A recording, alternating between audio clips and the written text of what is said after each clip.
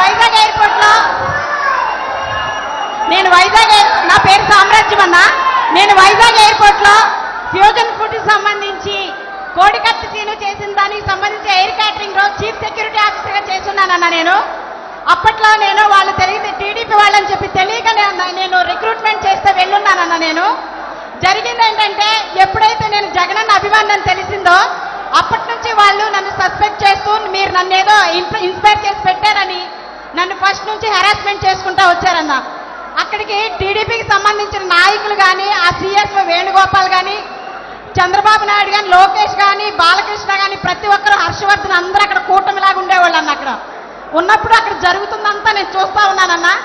As a సిఎస్గా BCs rule ప్రకారం ప్రతిదీ జరగాలని నేను ఉంటే ప్రతిదాన్ని అవాయిడ్ చేసి నన్ను సస్పెక్ట్ చేసి పక్కన పెట్టేశారన్న. పెట్టేసి ఏదో ఒక రకంగా నన్ను హెరాస్మెంట్ చేస్తూ నేను దొంగతనం చేశానని నా మీద దొంగతనం కేసు కట్టి ఎయిర్పోర్ట్ డైరెక్టర్కి నా మీద దొంగ కేసు పెట్టించారన్న. పెట్టించిన తర్వాత వేణుగోపాల్ అయితే నిన్ను ఎక్కడా ఉండనేను అని చెప్పి నాకు సవాల్ చేసి నా మీద వార్నింగ్ ఇచ్చున్నాడన్న.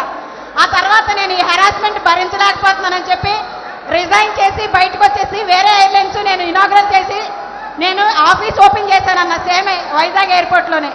మీ మీద దాడి జరిగిన తర్వాత మేము ఉంటున్న అపార్ట్మెంట్ దగ్గరికి వచ్చి మేము ఉన్నామని ఎంక్వైరీ చేసి మా అపార్ట్మెంట్ చుట్టూ నెల రోజులు తిరిగారన్న. ఈ దాడి నేను చేపించాను, మీరు నన్ను అక్కడ పెట్టి మీ మీద నేను చేపించానని నాతో చెప్పించడానికి నన్ను చాలా రకాలుగా హెరాస్మెంట్ చేసి మా ఫ్యామిలీ అంతా మమ్మల్ని హెరాస్మెంట్ చేశారన్న వాళ్ళు. అయినా కూడా మేము ఏంటంటే డిసిప్లిన్ ఉండాలని బయటికి రావడానికి భయపడి పిల్లల్ని తీసుకొని ఫ్యామిలీ అంతా మేము షిఫ్ట్ అయిపోయి వెళ్ళిపోయామన్న రిజైన్ చేసి. కానీ ఎయిర్పోర్ట్లో ఎప్పుడైతే మీ మీద దాడి జరిగిందో అప్పటి నుంచి నేను చేస్తున్న ఆఫీస్ కానీ మొత్తం తీపిచ్చేశారన్న.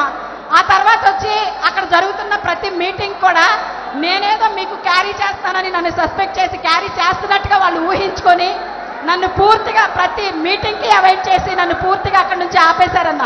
ఆ తర్వాత నేను వచ్చేసానన్న. బయటకు వచ్చేసిన తర్వాత నేను మా ఇంటి దగ్గర ఉంటూనే అన్ఎంప్లాయ్మెంట్లోనే ఉన్నానన్న. 5 years నుంచి నాకు ఏ జాబ్ లేకుండా నన్ను హెరాస్మెంట్ చేసి నన్ను ఏ రకంగానే ముందుకు రానిలేదన్న. ప్రతి చోట నా మీద రాబరీ కేసు ఉందని లేకపోతే ఇంకోటి అని కావాలని నా మీద ఇది చేసి ఈ అమ్మాయి వాళ్ళకి కోవర్ట్ అని కూడా నన్ను చాలా హెరాస్ చేసి అన్ని చోట్ల పొల్యూట్ చేసి ఎక్కడా జాబ్ రాకుండా చేశారన్న. అయినా నేనేం బాధపడలేదు.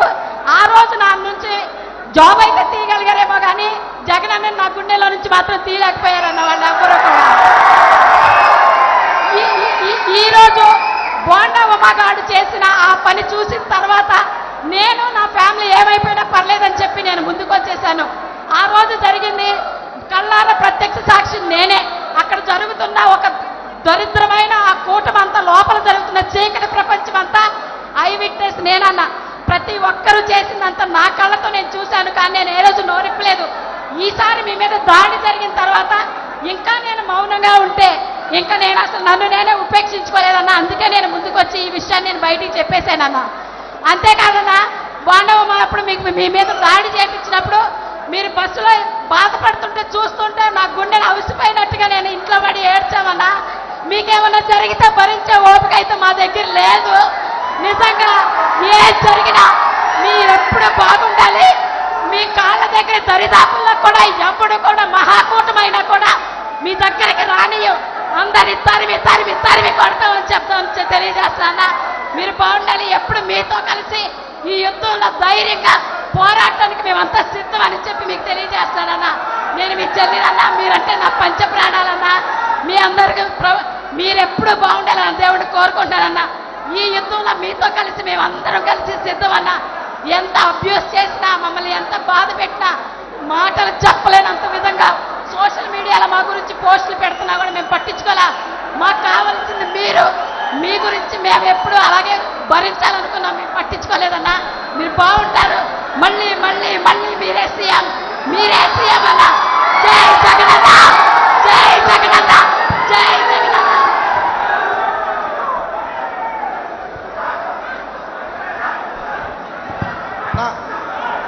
గుడ్ మార్నింగ్ అన్న. నా పేరు మల్సాని అనిల్ కుమార్ రెడ్డి అన్న. మా తమ్ముడి పేరు మల్సాని భరత్ కుమార్ రెడ్డి అన్న. నేను అన్నమయ్య జిల్లా రాయచూడి నియోజకవర్గం ఒక్క నిమిషం ఇక్కడ వచ్చా అన్న. ఒక్క నిమిషం తల్లి, మీ పేరేం పేరమ్మా?